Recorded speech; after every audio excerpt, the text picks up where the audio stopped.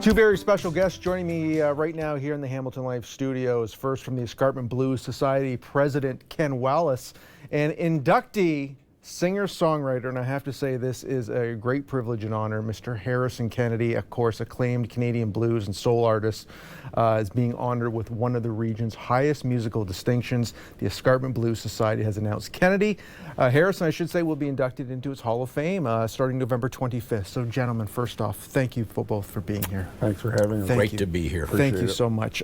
Ken, let's start with you. Working with, being a friend of Harrison, watching his career thrive, as we were just talking about off camera here, what is it that makes Harrison Kennedy so special to this city and this community? There's a whole bunch of reasons. The number one reason, when you meet Harrison Kennedy, you know you're meeting somebody that really knows the blues, knows the music, and he's the type of person that you admire very, very quickly because he's been there, he's done it. Yeah, and you've seen him grow as well. And Mr. Kennedy, to you, my friend, thank you so much for blessing us with your presence here in the studios. It's wonderful. We were just talking off camera. You went to Brock, you have a university degree, you were working factory jobs, and then you got into the music world. And how that transition just reformed your life. Do you ever kind of go back and think about those days? Mm-hmm. Well, honestly, there's so much that's happened to me in my life that I really can't put my finger on. So what I usually do is blame my mother. Because where we were living on Windsor Street, I went to Hess Street School, and then I went to Westdale, and then Mac and Brock. But while I was down there, my mom was raising three boys, myself and my two brothers. They're both younger than me, but they could beat the shit out of me anytime they want. They're both big. But anyway, we were a drink house. Yeah. So Mom, back in the day when I was younger, it was actually against the law to drink on Sundays in Hamilton. So my mother would buy the whiskey on Friday, and on Sunday the place would be packed. We had Lonnie Johnson come there, my Uncle Jack Washington, Duke Ellington, Dakota Staton, who Jack Washington had a crush on, so I understand, Billie Holiday, and who knows else, because I was, 7 or 8 years old. But growing up, I thought everybody could sound like that. And one day Duke was playing the piano, and he was going, blink, blink, blink, and hit that note. Everybody started laughing. And I thought, oh, that's it. So when everybody was gone, I went down and I found that note. I said, listen, Mom, blink, blink, blink, I'm playing the piano. I thought I actually was playing the piano because people were laughing at that. But I had I never wanted to do music. I was always good at it. And I went to Hess Street School. We had rotating classes from grade 1 up to grade 8, and I got honors in music every year. When I got to Westdale, and I never had a piano, but I could read and write music, and I walked into the music class to join, and the fellow there was running it, asked me what I wanted to do, and I said, well, I'd like to learn an instrument. And he said, have you ever had a lesson? I said, not really. He said, well, what are you doing here? So I walked away from music. I had nothing to do with it. Mm. But I had a relative friend there, Bobby Washington, who told me there, he said that I was going to end up being a blues singer. I thought he was crazy. And I said, why? He said, because you can sing the blues. So that was in Westdale. So other people have always seen this in you. When my mom called me downstairs, we had this little opening in the floor.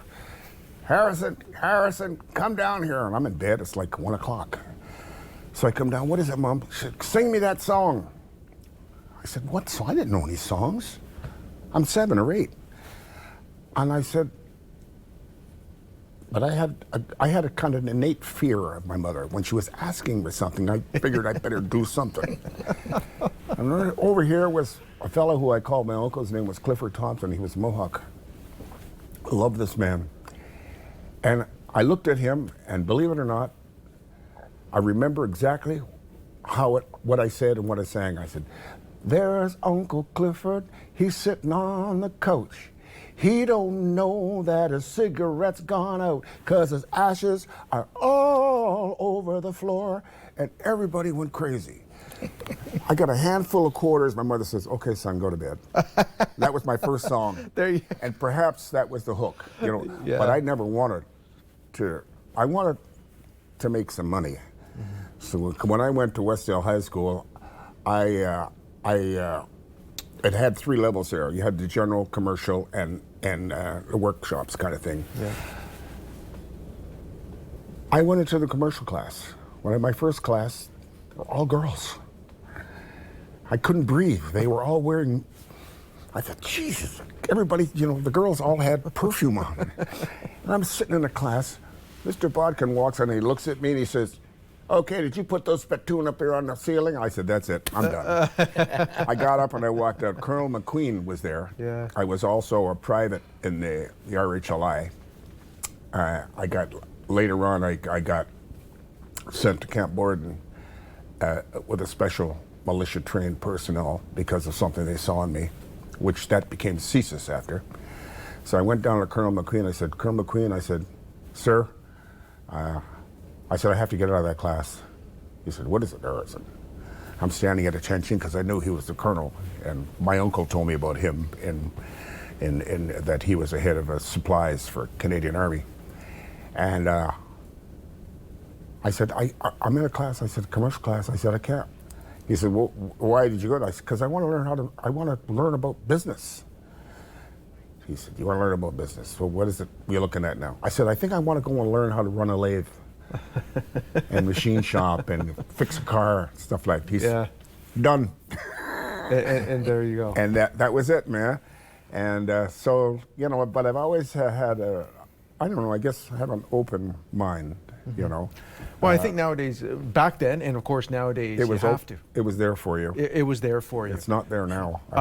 Don't think so. You started the Soul Group, the chairman of the board. You went solo. Yes.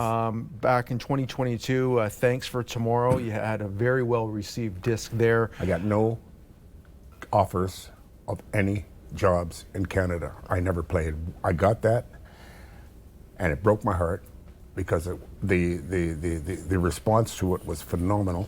Yeah.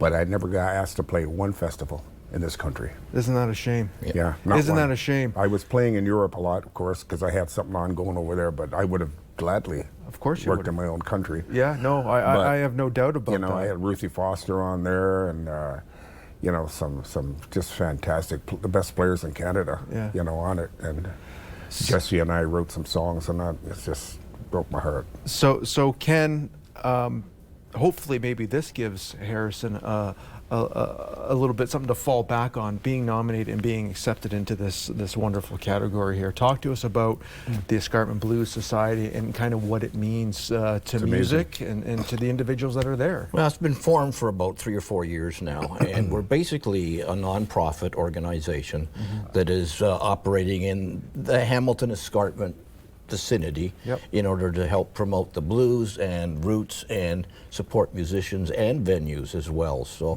we've done a lot of concerts, but I have to tell you a story. I have to tell you a story about this man. He was writing, he was sitting at a kitchen table with Steve Strongman, and Steve Strongman was getting, My buddy. he was getting ready to release a new album, and Steve had a couple of riffs in mind, so he started playing them. He starts singing a song called "I Like to Ride," which is one of my favorite songs of all time.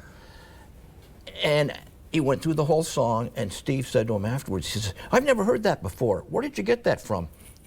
Harrison said, "I just made it up." He's got that ability. He can do it on the fly. It's an amazing talent. It truly is. And to us, we're amazed by it and how easy it must come. But let's be honest, your years of experience working, you're drawing from all of this to let it all come out. Well, Edward Holland, to me, is a genius writer. And he said to me, he said, "Harrison," he taught me a few things about if you're going to have, he taught me how he did. He would invite his sister and friends out for a meal. And he would buy champagne, have the best, and they'd get talking. And one of the girls would say, you know, he just keeps me hanging on. He'd write that down. I just don't know where did my love go? Where did my love go? And he got all of these things, and he said, boom, boom, boom, boom, boom, boom. I said, I know. And he said, that's First Nations. So he said to me, he says, go write a song. He said, he would look at me, he says, okay, pick out something and start writing a song. Right here in the room. So I said, so say this.